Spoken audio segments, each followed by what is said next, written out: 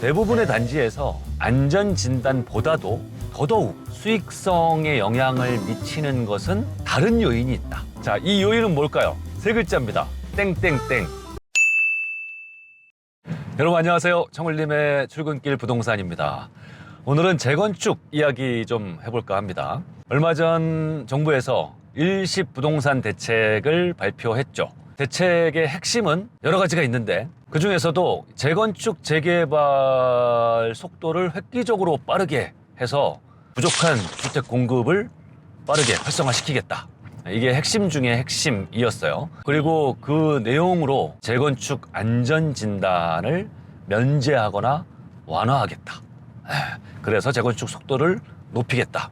이렇게 발표를 했습니다. 자, 그렇다면 부동산에 관심이 있는 시장 참여자인 우리는 어떤 생각을 해봐야 될까요? 과연 정부가 이런 발표를 했는데 이게 과연 시장에 어떤 영향을 미칠까? 어떻게 작용할까? 과연 안전진단 허들을 낮추면 재건축 재개발이 활발하게 이렇게 진행이 될 것인가?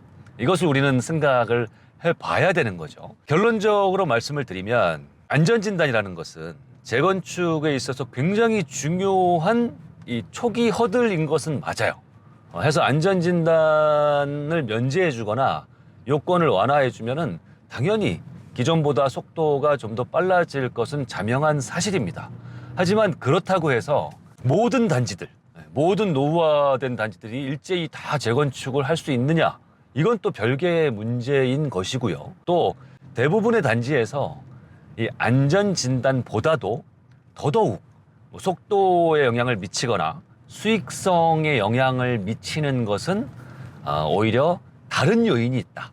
이 요인이야말로 재건축 사업에 있어서 핵심 오브 더 핵심이다 라는 이야기를 오늘 드리려고 하는 거예요. 자, 이 요인은 뭘까요? 세 글자입니다. 땡땡땡. 네.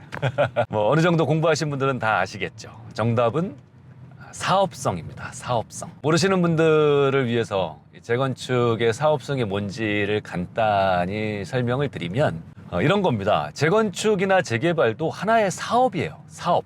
그러니까 한마디로 장사를 해서 남아야 되는 거예요. 남지 못하면 아니함만 못하다. 그러니까 재건축 사업에 있어서는 기존에 있던 세대를 조합원이라고 얘기하죠. 이 조합원들이 헌 아파트를 부수고 새 아파트로 옮기는 데 있어서 너무 많은 부담금이 들면 안 돼요. 추가로 너무 많이 돈이 들면 그 사업 자체가 진행이 되지 않을 거잖아요. 예를 들어서 지금 내가 갖고 있는 이 낡은 집의 가치가 5억 원이다. 그런데 새 아파트로 옮기는 데 있어서 5억 원이 더 든다. 그러면 이 사업은 진행될 수가 없어요. 너무 많은 부담이 들기 때문에 이 조합원들이 우리는 안 해, 못 해. 난 안 해. 동의가 안 되는 거죠. 그런데 반대로 부담이 별로 안 들어요.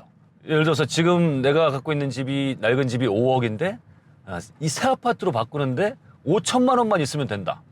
이런 곳들은 사업이 아주 급물살을 탈 수밖에 없어요. 그냥 빨리 그냥 끝까지 굉장히 빨리 진행이 되는 거죠. 부담이 하나도 되지 않으니까. 그렇다면 과연 조합원들에게 큰 부담 없이 이 재건축 사업이 빨리 진행되려면 어떤 요건들이 선행되어야 되느냐? 한마디로 기존에 있는 세대수보다 새로 지어질 새 아파트 세대수가 현격하게 많으면 됩니다. 현격하게 많다는 얘기는 한 2배 이상 되면 너무 좋고 기존의 세대수보다 한 30-40%만 늘어나도 매우 좋은 겁니다. 대략적으로 볼 때.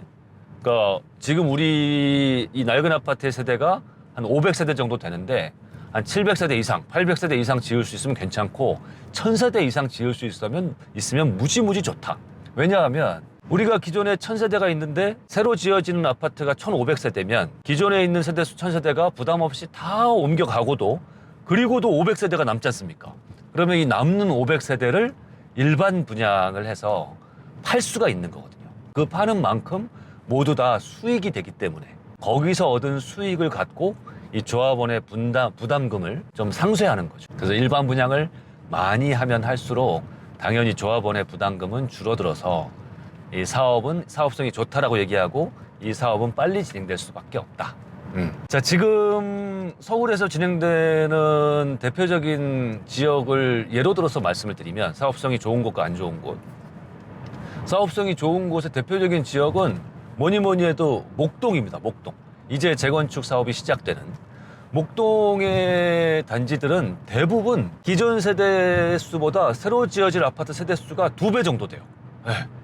엄청나게 좋은 겁니다. 그렇기 때문에 요즘처럼 부동산 시장이 불안한 이런 시기에도 목동 아파트 가격이 짱짱하게 버티고 있는 거예요. 일부 단지들은 계속 신고가를 깨고 있고요.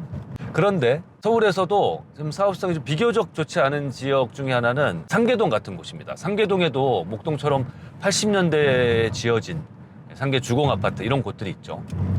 모두가 그런 건 아닙니다만 상계동의 일부 아파트 같은 경우는 기존의 세대수하고 나중에 새로 지어질 세대수의 세대수가 비슷한 거예요. 기존 세대수가 1000세대인데 새로 지어질 세대수도 1000세대 정도밖에 안 되는 거죠. 그러면 일반 분양을 할 수 있는 세대수가 거의 없다. 그러면 수익이 없기 때문에 그 부담을 고스란히 조합원이 다 안고 가야 되기 때문에 이 사업이 빨리빨리 진행되기가 어려운 거예요. 부담금이 너무 많아. 기존에 내가 갖고 있는 아파트가 5억짜리인데 같은 평수의 새 아파트를 옮기려면 5억이 더 필요한 거예요. 이게 빨리 진행되기가 어렵죠. 그렇죠? 특히나 요즘처럼 공사비 이슈가 큰 시절. 요즘에는 공사비가 공사를 하는 도중에도 계속 오르고 있지 않습니까? 조합원 분양가가 원래는 5억이었는데 지금 6억으로 7억으로 계속 오르고 있단 말이에요. 이럴 때 사업성이 좋지 않은 단지들은 정말 취약합니다. 사업이 중간에 멈추기도 해요. 그런 곳이 많고. 그런데 사업성이 좋은 단지들은 크게 부담이 없어요. 왜냐? 그 조합원 분양가가 오른 만큼 그 오른 비용을 일반 분양가에 전가해서 일반 분양가를 높이면 되거든.